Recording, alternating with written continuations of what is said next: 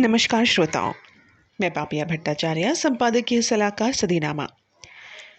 प्रस्तुत है 18 नवंबर 2020 का संपादकीय, जिसका शीर्षक है पांडे जी की पत्रा मेरी मुँह ज़बानी।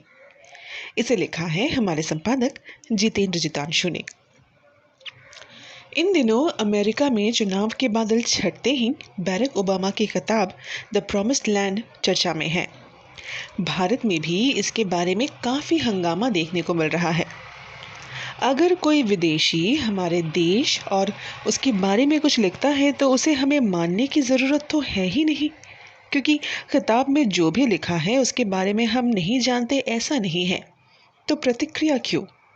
बल्कि हमारे लिए ये गर्व की बात है कि ओबामा जैसे व्यक्तित्व ने देश के इतिहास, धर्म, राजनीति के बारे में इतनी अच्छी बातें कही हैं।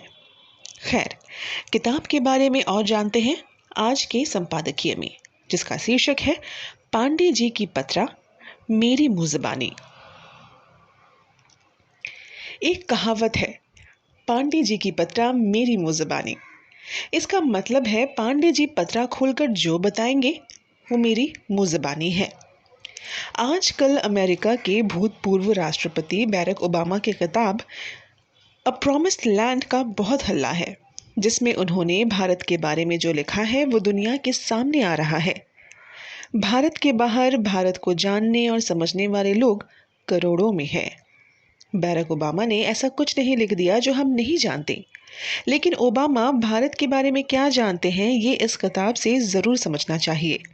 वे लिखते हैं कि मैंने बचपन में इंडोनेशिया में रहते समय हिंदू महाकाव्यों, रामायण और महाभारत को सुना और समझा।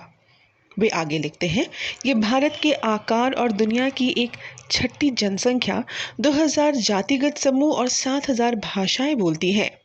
बजाय इसको प्रचार करने के, हम इस बात पर जोर दे रहे हैं कि ओबामा ने लिखा है कि मनमोहन सिंह कैसे भारत के प्रधानमंत्री बने।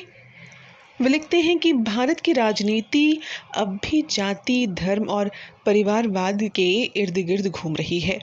हालांकि इस संदर्भ में ये कहा जा सकता है कि डॉक्टर मनमोहन सिंह का प्रधानमंत्री के रूप में चुनाव इन चीज़ों से अलग देश की प्रगति की ओर एक प्रयास था। लेकिन इसके साथ ये भी सच है कि वे अपनी लोकप्रियता की वजह से पीएम नहीं बने, बल्कि सोनिया गांधी ने उन्हें प्रधानमंत्री बनाया।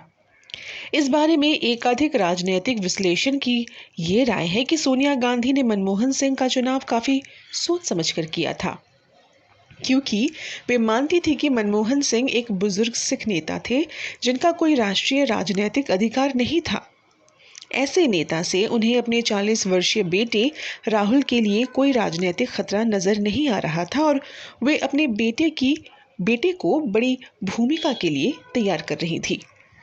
अब बताएं कि इसमें नया क्या है? इसमें कौन सी बात हम नहीं जानते?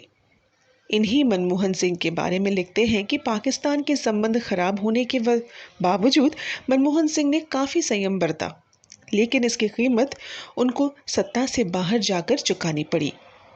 ओबामा साल 2009 से 2017 तक अमेरिका के राष्ट्रपति रहे, यानी कुल 8 साल। उनके पहले कार्यकाल में भारत में डॉक्टर मनमोहन सिंह की सरकार थी। इसी क्रम में उन्होंने कांग्रेस पार्टी के नेता राहुल गांधी पर भी लिखा है कि राहुल गांधी एक ऐसे छात्र हैं जो अपने गुरु को प्रभावित करने की इच्छा रखते हैं, लेकिन उनमें सीखने की योग्यता की कमी दिखाई देती है। आश्चर्य की बात है कि पूरी किताब में प्रधानमंत्री नरेंद्र मोदी का कोई जिक्र है ही नहीं, और आगे कोई किताब में होगी इसके बारे में भी कोई चर्चा नहीं। भारत में किताब को लेकर तीखी प्रतिक्रिया है। वर्षों तक कांग्रेस से दूरियां रखने वाली पार्टी शिवसेना के संजय राउत का ये बयान काफ़ी है, हमने ये नहीं कहा कि ट्रंप पागल है। ऐसे में ओबामा इस देश के बारे में कैसे जानते हैं? आमीन। तो ये था दोस्तों आज का संपादकीय, पांडे जी की पत्रा मेरी मुँह ज़बानी। इसे लिखा था हमारे संपादक जितेंद्र जितांशु ने। कल एक और विषय पर संपादकीय लेकर हम वापस लौटेंगे। तब तक के लिए मैं पापिया भट्टाचार्य लेती हूँ आप सभी से विदा। नमस्कार।